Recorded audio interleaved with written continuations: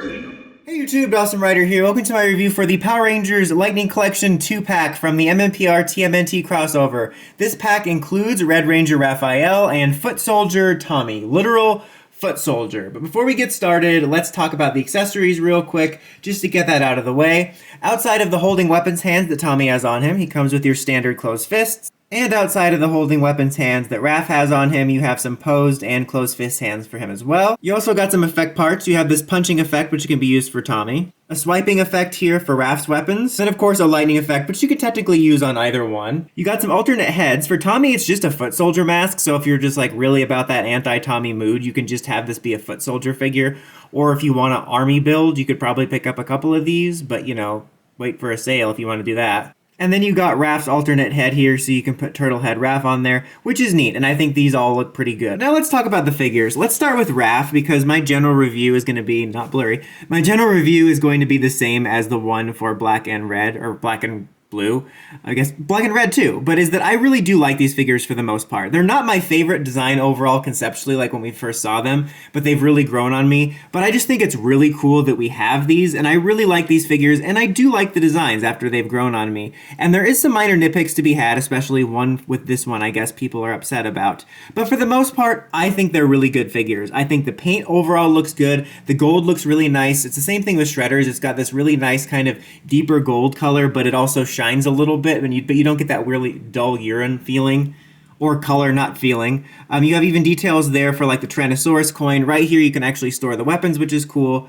In addition, I almost forgot, accessories wise, of course he includes this, which is a really cool hybrid of like Jason's swords and Raph's weapon, and it's actually really cool. Like some of them aren't as neat, but I actually really like this one because it's like a really neat hybrid, and I think the paint looks really good on him. You can see the really nice kind of silver shine to it. Again, it's kind of like a little bit of a darkness, so it actually looks like a real blade rather than just being cheap like chrome finish or like a cheap gray plastic. Again, it looks really nice here with the gold here. I think the red pops really nicely. The helmet shines. The proportions on the helmet look good. You know, it's a little bit different with a comic because depending on the panel, the proportions can look different. But I think for the most part, these figures nail the proportion of what they felt like in the comic. And because they're a little bit heftier, you know, there's just kind of a more general feeling of quality about them that some of the others don't have. And you can tell by this, like Tommy's kind of crouching a little bit, that I showed off in my previous review, is that they're roughly the same height as a standard Lightning Collection figure.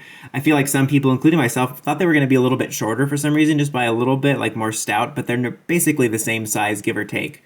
Now, there was a nitpick some people have drawn attention to, and that the knees here are a different shade of plastic than the rest of it, but you can barely tell, to be honest. Like, honestly, this is not a huge deal breaker for me. It's far worse on stuff like some of the recent Pink Ranger figures, where you'll have a different color for the pink here and then on the arms, and it's like really noticeable because it looks like she's wearing a weird tank top. But with this, I barely noticed it. Like, I didn't even notice it in first. I saw someone complaining about it after I had already owned this for like a day, and then I went and looked. I'm like, yeah, I guess it's different, but it's a really small discrepancy. Like, would it be nice if it matched? Sure, but I've had tons of figures over the years that have had slightly different colors for the hinges, and it's not a huge deal.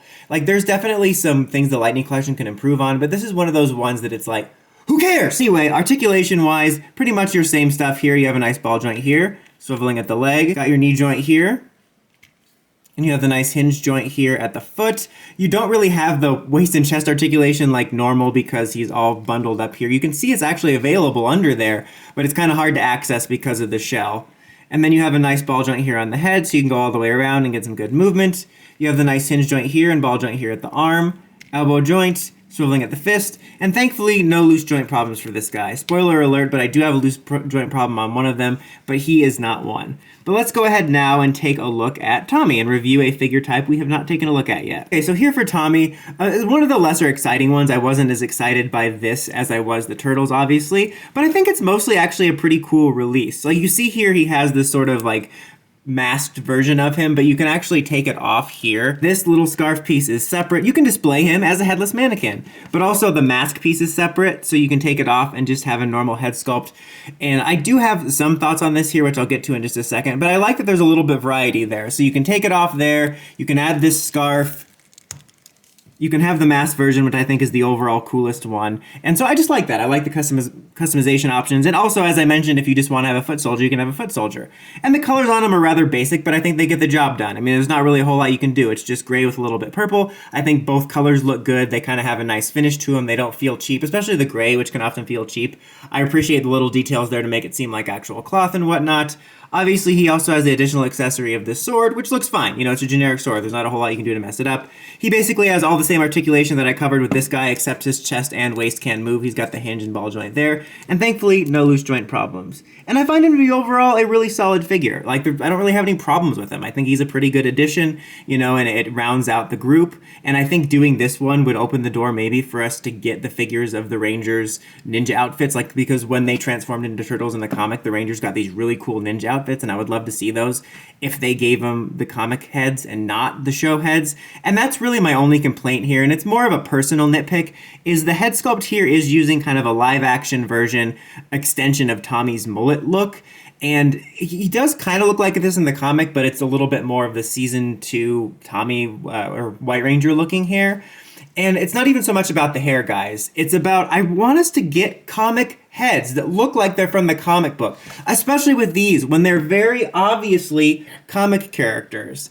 And I don't know why we can't get that in this line, especially since Hasbro does comic figures.